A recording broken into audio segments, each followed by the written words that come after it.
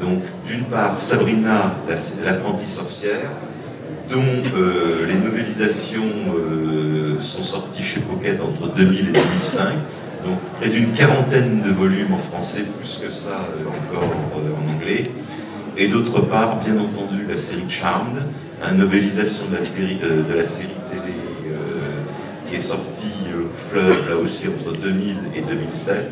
Là aussi, une quarantaine de volumes en français, beaucoup plus en anglais. Donc, les aventures des 3 sœurs sorcières à San Francisco. Donc, ça, vous voyez, pour moi, ce sont vraiment les grands précurseurs de la fantaisie urbaine en France. Et lancé vraiment grâce à des séries télévision. Alors, dans des séries plus récentes, variantes sorcières, on trouve Rachel Morgan de Kim Harrison, où Rachel est une sorcière détective assassinative, mais c'est un Cincinnati du futur proche, donc c'est pour ça que je l'ai inclus. C'était pour moi à la limite, par rapport à l'urban fantasy qui doit se dérouler dans une vie contemporaine, c'est un Cincinnati dans lequel la ville ainsi que le monde entier, il y a un virus qui a décimé toute une partie de la population, ce qui a permis aux créatures surnaturelles de pouvoir réapparaître avec beaucoup moins de problèmes. De même, on a dans la série de La fille du soleil noir de Helen Hanover, Jane Eyre, la fille du soleil noir, hérite de son oncle à la fois sa fortune et des pouvoirs magiques qu'elle découvre. Et elle découvre aussi qu'il y a une cabale de sorciers contre laquelle son oncle luttait, et ça fait partie, la lutte contre cette cabale fait partie de son héritage. Et donc c'est soit la Nouvelle-Orléans, soit Chicago, donc des grandes villes, qu'elle fait cette lutte.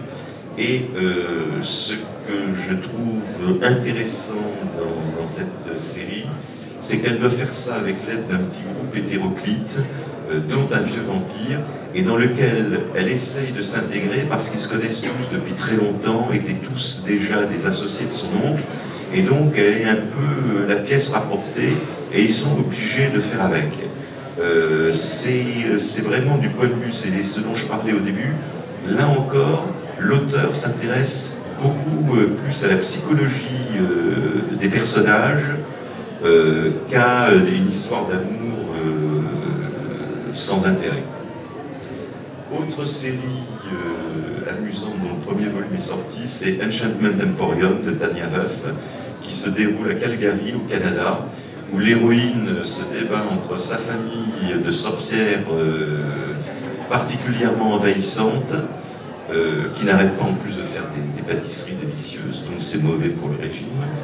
Elle se débat donc entre sa famille de sorcières, tous les cousins qui sont eux en rut, et véritablement en rut, puisque ce sont tous des avatars du dieu Cernunnos, et enfin des seigneurs dragons qui sont déchaînés, et tout ça en essayant de faire tourner sa boutique de magie, donc son Enchantment Emporium, qui en plus de ça a une clientèle qui est plus que curieuse, donc c'est vraiment très très amusant.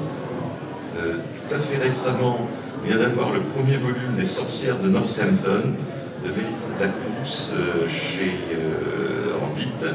Donc là, on a affaire à 3 sorcières qui incarnent 3 déités nordiques déchues.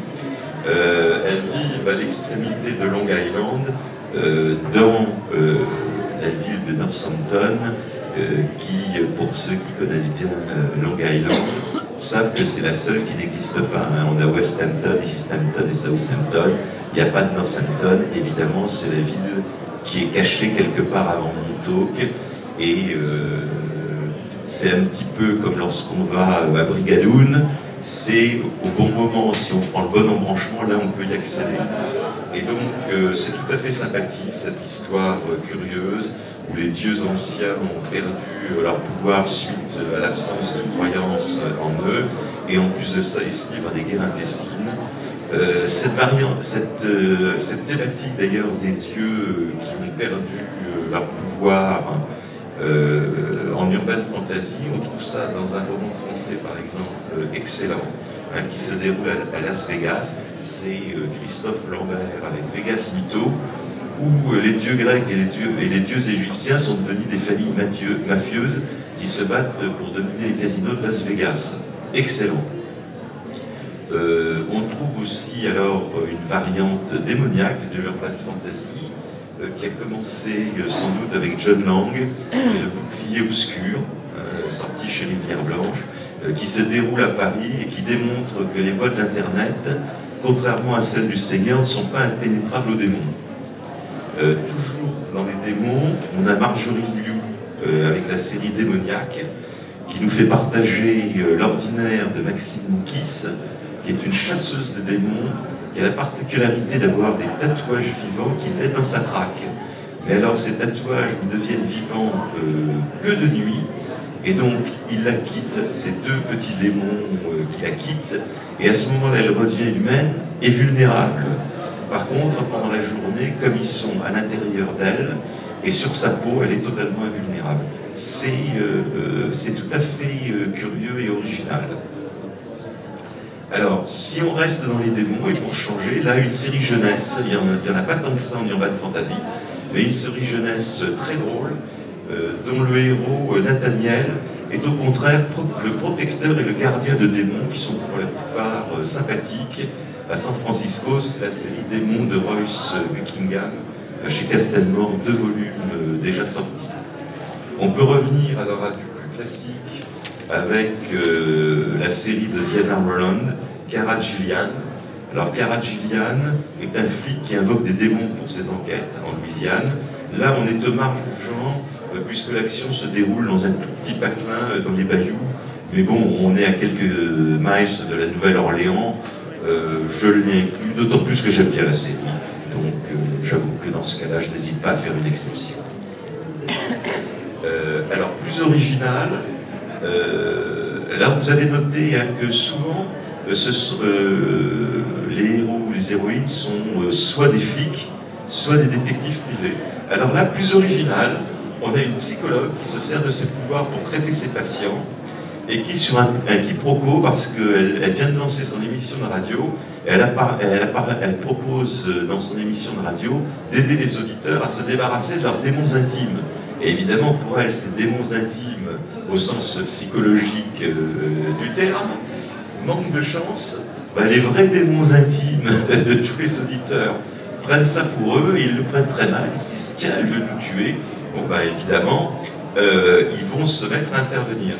C'est la toute nouvelle série de Stacia Ken qui s'intitule Megan Chase. Megan étant la psychologue en question. Premier volume vient juste de sortir et c'est tout à fait amusant. Alors, d'autres personnages aussi qui sont très prisés du fantastique urbain et que j'ai distingués en sous-genre, ce sont bien entendu les fées. Alors, on commencera par un roman qui est un one-shot absolument extraordinaire. C'est Les Petites Fées de New York, de Martine Millar. L'original a été écrit en 1992, il a été traduit en 2009 en France. Alors là, c'est une drôlerie. Les petites fées en question, ce sont des pouseuses irlandaises alcooliques qui découvrent New York suite à une cuite monumentale. Elles se sont endormies, retrouvées chargées dans des caisses qui sont parties pour New York, et elles réussissent en débarquant à atteindre Central Park, et elles déclenchent un bazar invraisemblable avec les fées de Central Park. Elles déclenchent une guerre entre les fées et tout. Enfin, c'est une drôlerie et en même temps d'une finesse absolument remarquable. Alors, plus récemment, on a aussi la série de Shannon McGuire, October Day. C'est sorti en Dark Light Pygmalion, où là, les fées mènent leur guerre dans un San Francisco aux multiples lieux enchantés, tout à fait intéressant. Et puis, bien entendu, par la très célèbre auteure de la série Anita Blake, Laurel Hamilton, on a la série Mary Gentry, qui là aussi décrit sur de nombreux volumes des conflits féeriques divers. Alors, je ne résiste pas non plus au plaisir d'établir une variante du fantastique urbain appelée la variante esprit fantôme nécromant, dans laquelle j'ai placé par exemple la série de Mike Carey, Félix Castor, exorciste et détective privé, où ce bon Félix exerce à Londres. Alors là, c'est dans un univers qui n'est pas tout à fait le nôtre, puisque l'existence des créatures surnaturelles, des fantômes, des démons, etc., est connue, hein, est reconnue. Et donc Félix Castor exerce à Londres, où il passe son temps où il est détective privé pour retrouver les fantômes de gens qui ont disparu pour les familles éplorées, et en même temps il combat pas mal de démons. C'est tout à fait amusant et il semblerait que ça n'ait pas eu beaucoup de succès auprès du lectorat français, puisqu'il n'y a eu que 2 volumes de traduits chez Bragelonne, alors qu'il doit y en avoir 4 ou 5 en anglais. On trouve aussi autre grand